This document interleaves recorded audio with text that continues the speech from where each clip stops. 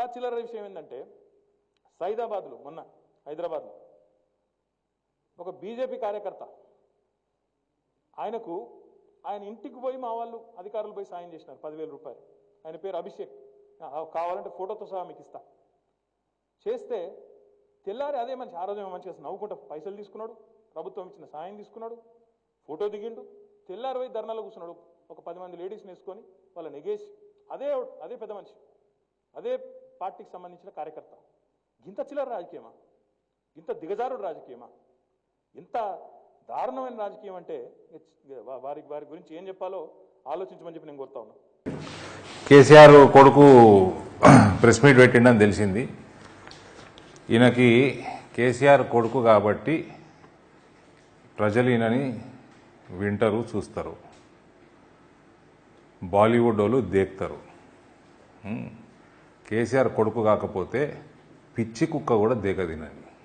First ఆయన మాట్లాడిన అహంకారపు ధోరణి, ఒళ్ళు బాగా బలుపెక్కి ఏమంటాడండి, అభిషేక్ అన్న భారతీయ జనతా పార్టీ కార్యకర్తనంట 10,000 రూపాయలు తీసుకున్నాడంట ఇలా ఆఫీసర్ల దగ్గర. ఈరోజు మర్నాడు పోయి 10 మంది మహిళల్ని ఎగేసి ధర్నాకు తీసుకుపోయిందంట. ఫస్ట్ ఈ లేజీ ఫెలోకి కేటీఆర్కి చెప్పేది ఏంటంటే, పైసలు ఇచ్చేది నీ జేబులోకి వెళ్ళి ఇస్తలేవు. ఆఫీసర్లు నీ ఆఫీసర్లు కాదు, నీకు మీ అయ్యకి, మీ చెల్లెకి, నీ బావకి, నీ ఇంకో బావకి జీతాలు ఇచ్చేది ఇదే హైదరాబాదు ప్రజలు. వాళ్ళు కడుతున్న పన్నులతోటి జీతాలు మీకు వస్తున్నాయి. నెంబర్ 1. నెంబర్ 2, వాళ్ళకి నీ జేబులోకి వెళ్ళి ఇస్తలేవు.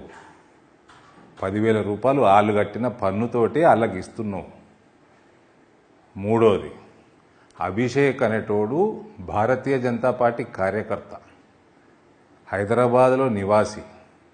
ఇంట్లో ప్రాబ్లం అయింది, వర్షాలు నీళ్ళు వచ్చినాయి, నువ్వు 10,000 గవర్నమెంట్ ఇచ్చింది తీసుకున్నాడు. తీసుకొని పండుకుంటందుకు టీఆర్ఎస్ కార్యకర్త కాదు, బీజేపీ కార్యకర్త. 10 మంది కోసం కొట్లాడతాడు. మళ్ళా ఆ 10 మందికి కూడా వచ్చే వరకు కొట్లాడతాడు. అది బీజేపీ కార్యకర్త. ఫస్ట్ నువ్వు కార్యకర్తకి క్షమాపణ చెప్పు.